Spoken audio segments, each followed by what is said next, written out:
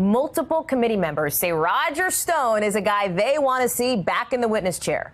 The top Democrat, Adam Schiff, suggesting Stone was not entirely truthful last time around. Roger Stone denies that.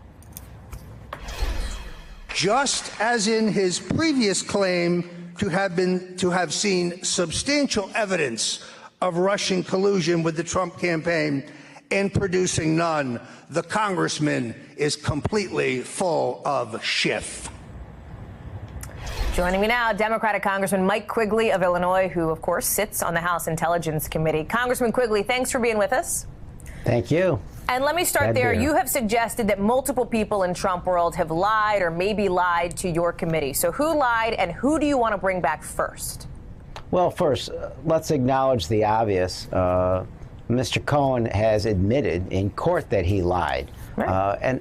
And I believe he wants to come to terms with this. And I think working with special counsel, it would be great if he could cooperate with us.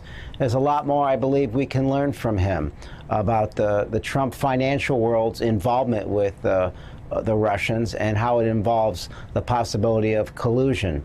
No animosity toward Mr. Cohen. Would love to have him back. Mr. Stone is an interesting person, to say the least. He did testify before us, yet he had to amend his testimony 3 times. So obviously he had issues getting his story straight. But what we do know about Mr. Stone publicly is that he bragged about his relationship with Julian Assange and WikiLeaks, and he knew Mr. Podesta was next in the barrel with the Russian attacks on our democratic process. Some of this is obvious, and those are folks I think that working with the chairman-to-be, Adam Schiff, and the full committee, will see where the gaps are in this investigation and move forward appropriately. What about somebody like Erik Prince, Congressman? Erik Prince from Blackwater fame refused to answer certain questions for no particular reason.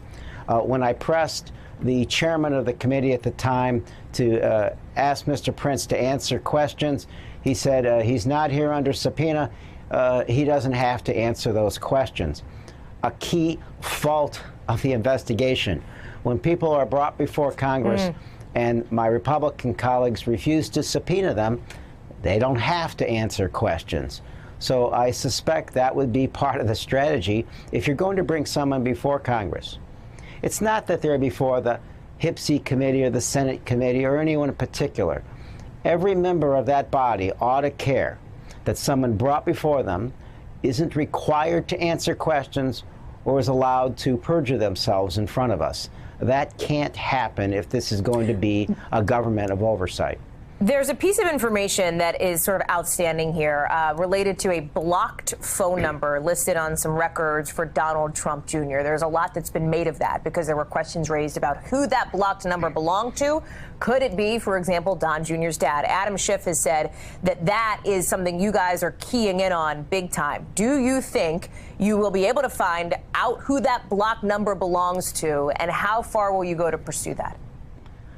Look, it's certainly something that could be subpoenaed. I don't know exactly what it's going to detail, but it is an example of what happens when you're not allowed to subpoena documents pertinent to a case.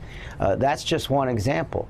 Another problem is if you don't have all the information in front of you, it's exactly like a criminal case when you don't have discovery. A civil case, when you haven't gone through all the pleadings, you don't even know which questions to ask. When I look back at Mr. Cohen's testimony, given everything we've learned since that date, I know there are other questions to ask. Yeah. It's like, I guess the other parallels, it's like doing a massive puzzle with the pieces turned over and you don't have all the pieces. Congressman Mike Quigley of Illinois. Congressman, thanks for coming on the show on this Friday. I appreciate it. Thank you for checking out our YouTube channel. Why don't you subscribe? It's really easy. Just click on that button down there. And for more news from MSNBC, click on any of these videos here for the latest interviews and highlights. You can get more videos from MSNBC with our newsletters. Head over to msnbc.com/newsletters to sign up.